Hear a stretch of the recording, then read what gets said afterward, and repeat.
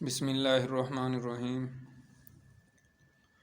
الحمد للہ رب العالمین والصلاة والسلام علی رسولہ النبی الکریم اما بعد۔ ریاض الصالحین ہم پڑھ رہے ہیں اور اس کی آج تیسری کتاب شروع ہو رہی ہے، کتاب اللباس۔ احادیث کی اکثر کتابیں جو ہیں جن کو ہم کتاب کہتے ہیں، جیسے بخاری شریف ہے، مسلم شریف ہے، اس کے اندر کئی کتابیں ہیں، یعنی بخاری شریف کے اندر تقریباً 50 کے قریب جو ہے نا کتابیں، اسی طرح مسلم شریف کے اندر وہ کتابیں چھوٹی چھوٹی کتابیں جوڑ کے پھر ایک بڑی کتاب بنتی ہے، اور اس کتاب جو چھوٹی کتاب ہے، جیسے ابھی ہم کتاب اللباس پڑھ رہے ہیں، اس کے اندر پھر مختلف باب ہیں، چیپٹرز ہیں۔ تو ہم تو اس کتاب کو ہی کتاب سمجھتے ہیں، لیکن جن محدثین نے یہ احادیث جمع کی ہیں اور کتاب کو کمپائل کیا ہے، وہ اس طرح انہوں نے کتابیں بنائی ہوئی ہیں چھوٹی چھوٹی، تو ان کو سب کو جوڑا ہوا ہے اور پھر ایک بڑی کتاب بنتی ہے۔ تو کتاب اللباس، لباس سے متعلق جو ہے نا آداب و احکام، یعنی لباس کی کتاب۔ اب اس میں باب تو مسلسل چلتے آ رہے ہیں، تو باب نمبر 117 ہم آج پڑھیں گے۔ عنوان یہ ہے کہ سفید کپڑے کے مستحب ہونے اور سرخ، سبز، زرد اور سیاہ رنگ کے کپڑے نیز ریشم کے علاوہ سوت، بالوں اور اون وغیرہ کے کپڑوں کے جائز ہونے کا بیان۔ ابھی ہم آگے احادیث پڑھیں گے تو آپ کو ساری باتیں سمجھ آ جائیں گی، لیکن اس کو میں تھوڑا سا ریوائز کر دوں کہ سفید کپڑے پہننا مستحب ہے، ابھی احادیث پڑھیں گے اس سے ثابت ہو جائے گا۔ اسی طرح سرخ، سبز، زرد اور سیاہ رنگ کے کپڑے پہننا جائز ہے ریشم کے کپڑوں کے علاوہ، یعنی ریشم تو حرام ہے لیکن سوت کے، بالوں کے اور اون وغیرہ کے کپڑے بھی جائز ہیں۔ تو اللہ تعالیٰ فرماتے ہیں، قال اللہ تعالیٰ اعوذ باللہ من الشیطان الرجیم، بسم اللہ الرحمن الرحیم، یا بنی آدم قد انزلنا علیکم لباسا یواری سوآتکم وریشا ولباس التقوی ذالک خیر۔ سورۃ الاعراف آیت نمبر 26، یعنی 26 نمبر آیت ہے۔ ترجمہ اس کا یہ ہے، اے بنی آدم، ہم نے تم پر لباس اتارا جو تمہاری ستر پوشی کرتا ہے، اور زینت کا سامان اتارا، اور پرہیزگاری کا لباس یہ زیادہ بہتر ہے۔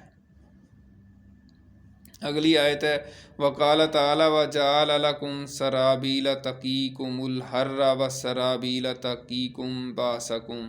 سورۃ النحل آیت نمبر 81۔ ترجمہ اس کا یہ ہے، اور تمہارے لیے ایسے لباس یعنی قمیض اور چادر وغیرہ بنائے جو تمہیں گرمی اور سردی سے بچاتے ہیں، اور ایسے لباس بھی جو لڑائی میں تمہارا بچاؤ کرتے ہیں۔ تو ان آیات میں اللہ تعالیٰ نے انسان کو بتایا ہے کہ لباس جو ہے اللہ تعالیٰ کی بہت بڑی یعنی کہ کرم نوازی انسان پر، اور تمام جانوروں میں، جانداروں میں واحد انسان ہے جو کہ ایک لباس پہنتا ہے، ویسے باقی تو سارے جس طرح پیدا ہوتے ہیں ویسے ہی رہتے ہیں۔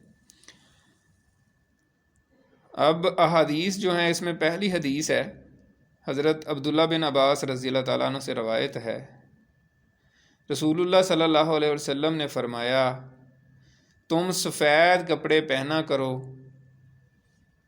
اس لیے کہ یہ تمہارے کپڑوں میں سے بہترین کپڑے ہیں، اور اپنے مردوں کو بھی اسی میں کفنایا کرو۔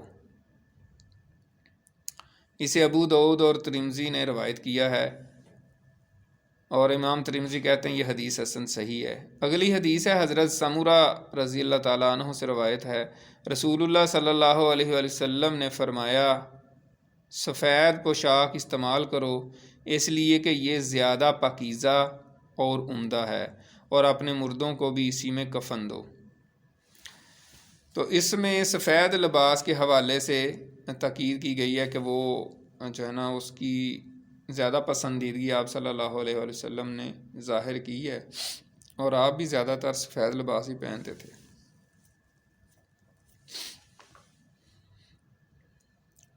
اگلی حدیث ہے، حضرت برا بن عازب رضی اللہ تعالیٰ عنہ سے روایت ہے کہ رسول اللہ صلی اللہ علیہ وسلم میانہ قد کے تھے، میں نے آپ کو سرخ جوڑا پہنے ہوئے دیکھا، میں نے آپ سے زیادہ حسین کوئی چیز نہیں دیکھی، بخاری و مسلم۔ یعنی یہاں پہ سرخ جوڑا پہننا بھی ثابت ہوا کہ جائز ہے، لیکن اس میں ایک اہم نقطہ جو ہے وہ قابل غور ہے، اور حالات و واقعات کے بدلنے سے بعض اوقات احکام میں تبدیلی آ جاتی ہے۔ وہ یہ ہے کہ احادیث میں عورتوں سے مشابہت اختیار کرنے سے بھی منع کیا گیا ہے، اور ایسا معاشرہ، ایسے حالات، ایسی جگہ جہاں پہ عورتیں جو ہیں وہ ایسا لباس پہنیں تو پھر آپ وہ لباس پہنیں، اگر عورتوں سے مشابہت ہونے کا خطرہ ہو تو پھر ایسا لباس نہیں پہننا چاہیے۔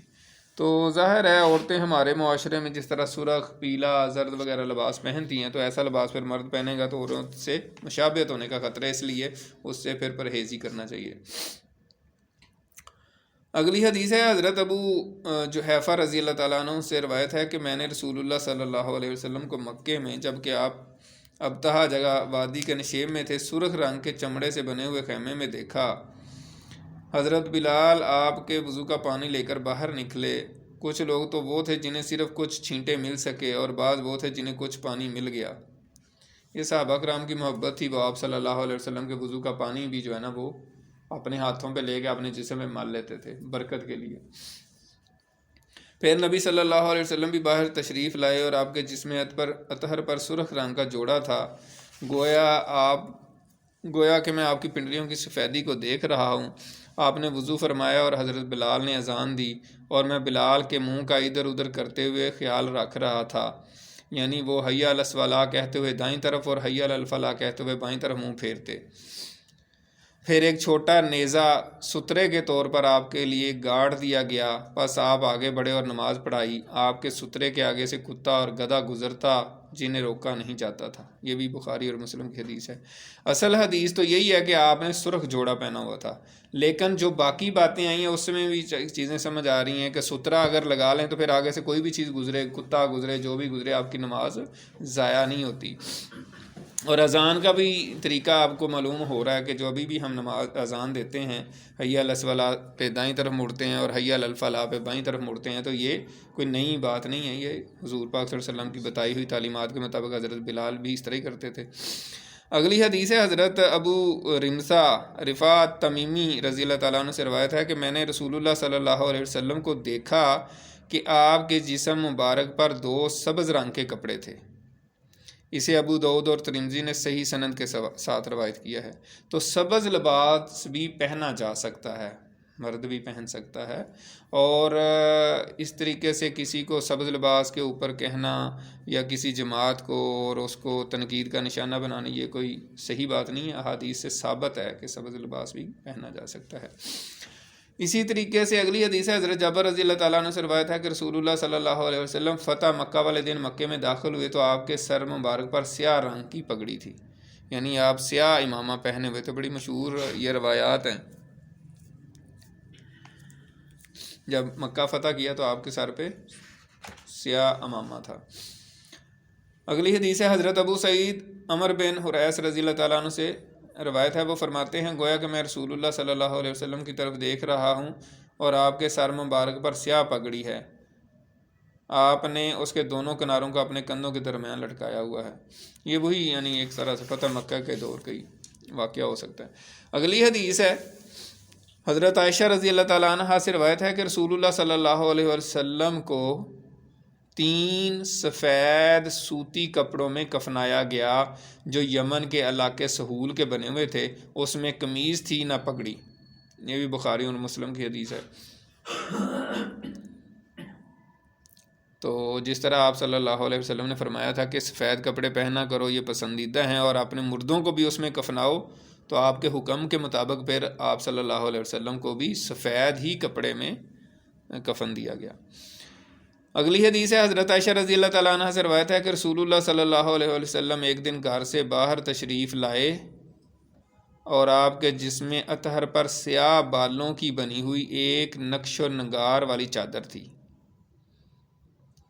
تو یہاں سے کیا ثابت ہوا ہے کہ اس میں بالوں سے بنی ہوئی چیز کا سیاہ رنگ کا کپڑا پہننے کا اور غیر ذی روح کی تصویر کا جواز ہے۔ یعنی پہلی بات یہ ہے کہ وہ بالوں کی بنی ہوئی چادر تھی تو بالوں کی بنی ہوئی چادر بھی استعمال کر سکتے ہیں، ایک یہ بات ہوگی۔ دوسرا ہے کہ نقش و نگار والی تھی تو نقش و نگار بھی بنانا یعنی کہ استعمال کرنا جائز ہے کسی چادر پہ بنے ہوں تو، لیکن اس میں جاندار کی تصویریں نہ ہوں، ٹھیک ہے۔ اگلی حدیث ہے، آخری حدیث ہے آج کی۔ حضرت مغیرہ بن شعبہ رضی اللہ تعالیٰ عنہ سے روایت ہے کہ میں ایک سفر میں رات کے وقت رسول اللہ صلی اللہ علیہ وسلم کے ساتھ تھا۔ آپ نے مجھ سے فرمایا گیا تیرے پاس پانی ہے؟ میں نے کہا ہاں۔ پس آپ اپنی سواری سے اترے اور چل پڑے یہاں تک کہ آپ رات کی تاریکی میں چھپ گئے۔ پھر آپ تشریف لائے تو میں نے برتن سے آپ پر پانی ڈالا، آپ نے اپنا چہرہ مبارک دھویا، آپ کے جسم پر اونی جبہ تھا، آپ نے اس میں سے اپنے بازو نکالنے کی کوشش فرمائی لیکن نہ نکال سکے، یہاں تک کہ انہیں جبے کے نیچے سے نکالا۔ پس آپ نے اپنے بازو دھوئے اور سر کا مسح کیا۔ پھر میں آپ کے موزے اتارنے کے لیے جھکا تو آپ نے فرمایا انہیں چھوڑ دو، اس لیے کہ میں نے پاؤں پاکیزگی کی حالت میں ان میں داخل کیے ہیں، اور آپ نے ان پر مسح فرمایا، موزوں پر۔ اب اس میں اختلاف ہے کہ جرابوں پہ بھی مسح ہو سکتا ہے کہ نہیں۔ کچھ علماء کہتے ہیں کہ ہو سکتا ہے، جائز ہے، اور کچھ اس پہ کوئی شرائط لگاتے ہیں۔